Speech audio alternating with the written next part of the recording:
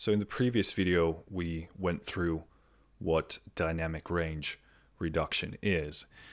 And in this video, we're going to talk about compression as movement generation, which in my opinion is the most relevant way of describing compression when it comes to a musical way of explaining what it is. So in essence, I'm actually going to start with a plugin called Ubk1, and I'm going to turn off these sections and I'm going to leave the compressor section on. And I'm going to use this plugin because it's extremely simple. It has one slider where you basically determine whether you want more or less compression, and we have different modes here. I'm going to use the squish one because it's very clear what it does. And what I want you to focus on here is as I increase this slider here, you're going to hear more and more movement. Well, actually, probably towards the end, you're going to start hearing some weird shit. But as I increase the slider, you're going to hear more movement from the drums. So I have the same drum recording clip here, and I'm going to start playing it and slowly increase the amount of compression. Now, what I want you to pay attention to is that the volume is going to increase as well. So it's not just going to sound better because of the compression, it's going to sound better because of the volume. But I'm going to back that down pretty quickly. So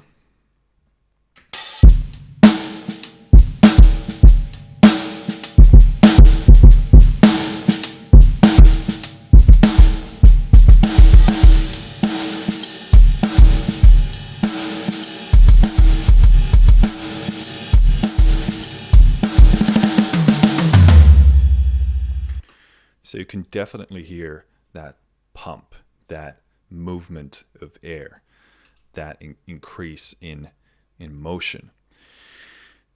And yeah, I'm going to try and level match this really quick.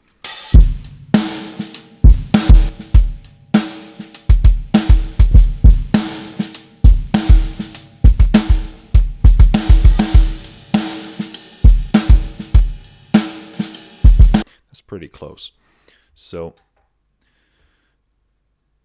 as we increase the slider, we get more compression, and in this case it results in more movement. So let's do that again. Now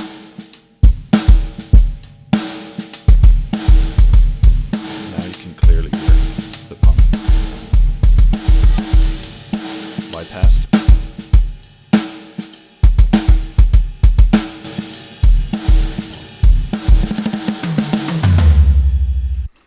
So that's what we mean when we talk about generating movement with compression.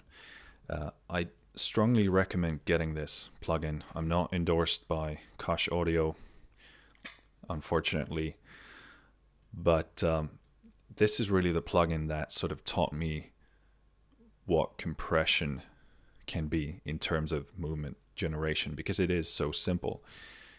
Essentially, you have different compression modes.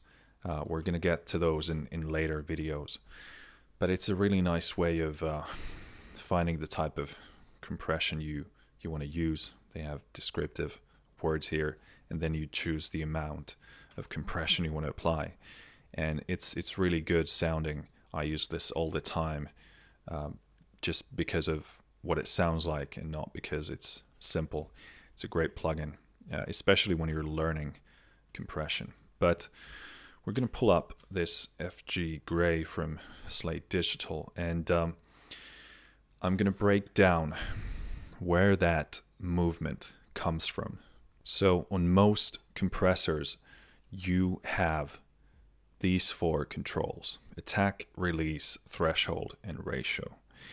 Not all compressors have all of these, but generally speaking, you can expect to find these four on most. So the ratio is going to determine how much compression we're going to apply to our audio that passes through the compressor.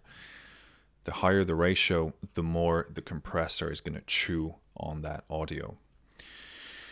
Your threshold is going to determine how loud the audio needs to be in order for the compressor to start doing its thing. The attack determines how fast the compressor is going to start doing its thing when it passes the threshold. And the release is going to determine how quickly the compressor lets go of that audio. So what I'm going to do is I'm going to play this audio clip first so you can hear what it sounds like without any processing.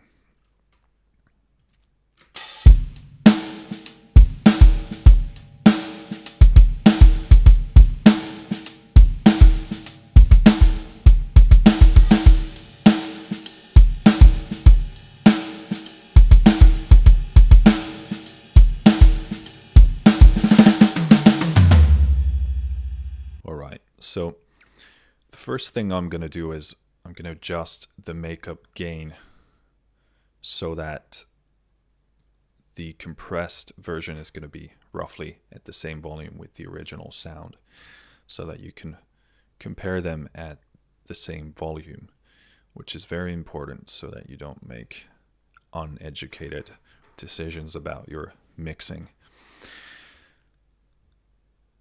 So I'm just going to make some adjustments here. I'm going to compress a lot. I'm going to make it quite radical so that you can actually start to hear what compression can do as a movement generator and what these do individually.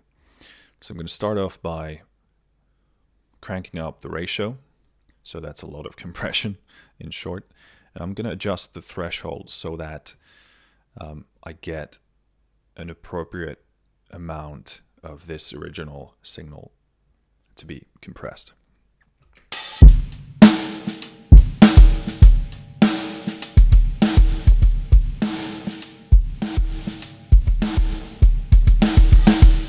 So as you can hear, if I adjust it to be higher, we're going to chew a lot more on the audio. And what you need to do here is trust your ears and know what sort of a sound you're after. Sometimes you want to squash the hell out of your sound, and sometimes you want to do something more subtle, something more appropriate. So I'm just going to adjust the threshold again to something that I prefer.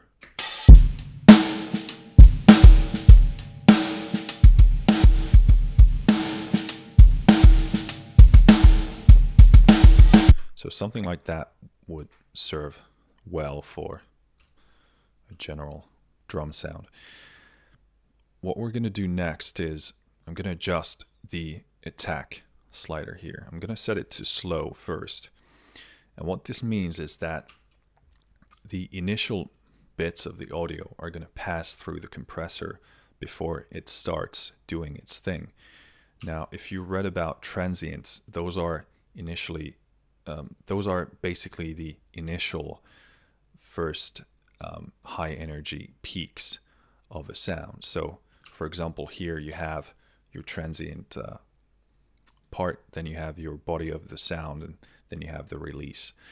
So with a slow attack, these transients can get through the compressor without being affected.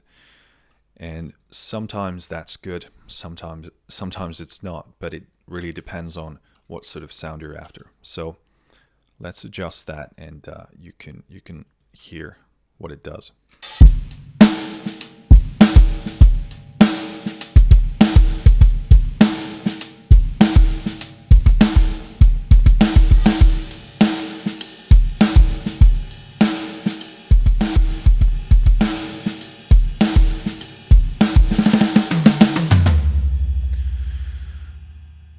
Let's do that again.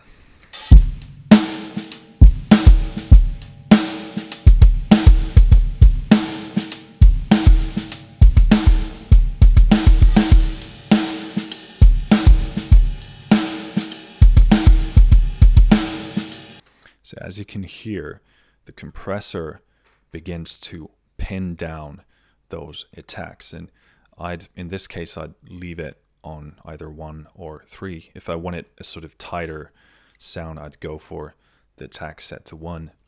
But the setting on 3 allows me to have more of that original sound and more of that sort of open transient response. The release right now is set to fast, which means we're going to get a lot more of that movement happening. You'll see that as I make the release slower, the compressor is going to keep chewing on that audio for longer. So it's kind of going to pin down the tails of our sound. So right now, because it's set to fast, it's going to release its hold very quickly, and that's going to give us that sense of movement. But as I make it slower, it's going to pin down this drum part.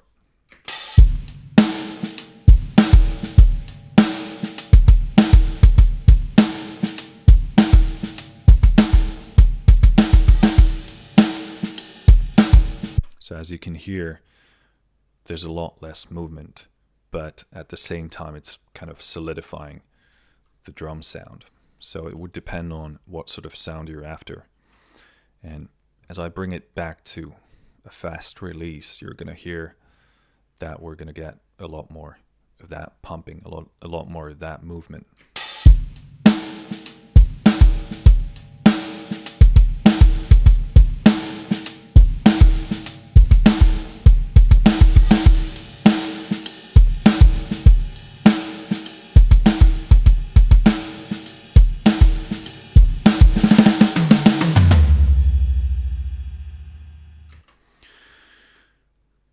What's important to remember is that different compressors have different speeds for attack and release. So some of this is some of the sound of this is specific to this compressor, but these are, generally speaking, the type of things we think about when we're adjusting these parameters.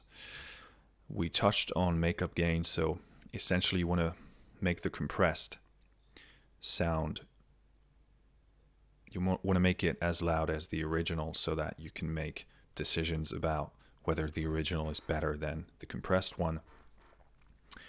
You usually have some sort of a filter on a compressor. So what it does is, in this case, it allows low frequency sounds to pass through the compressor untouched, or at least so that there is less and less processing being applied to those low frequencies. So I'm going to show what that means. I'm going to slowly pull it down so you can hear the compressor grabbing a hold of those lower frequency sounds.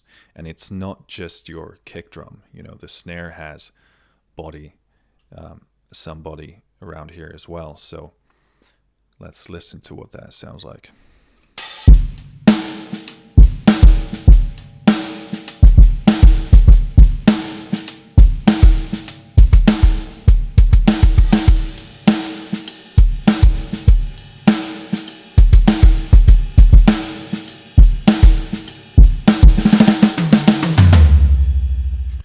So as you can hear, although the low end is tighter when we allow less of those frequencies to pass through, we do get a bigger low end when the filter is more open. So again, you have to make your own decision about which sounds better. Probably want to do something in between so that you get a tighter low end, but also that you can keep a lot of that low end information so that you can get that punchy low end. Something you'll find especially on in the box compressors, sometimes on actual hardware, is a mix control. And when the mix is set to 0, you're only going to hear the original audio. And when it's set to 100, you're gonna hear the full extent of what the compressor does to the sound. Now, the reason for having this control is that we use something called parallel compression, and essentially it allows us to do a mix of the original sound with the compressed sound, which means that sometimes what we do with a compressor might be very radical, and we might like some aspects of what it does, but we might want to maintain something about the original recording. So with this control, we can blend the two together. So I'm going to show what that does. I'm going to start with the mix fully at 100%, and then I'm going to bring it down so that you can hear the original, and then I'm going to make some a combination of the two.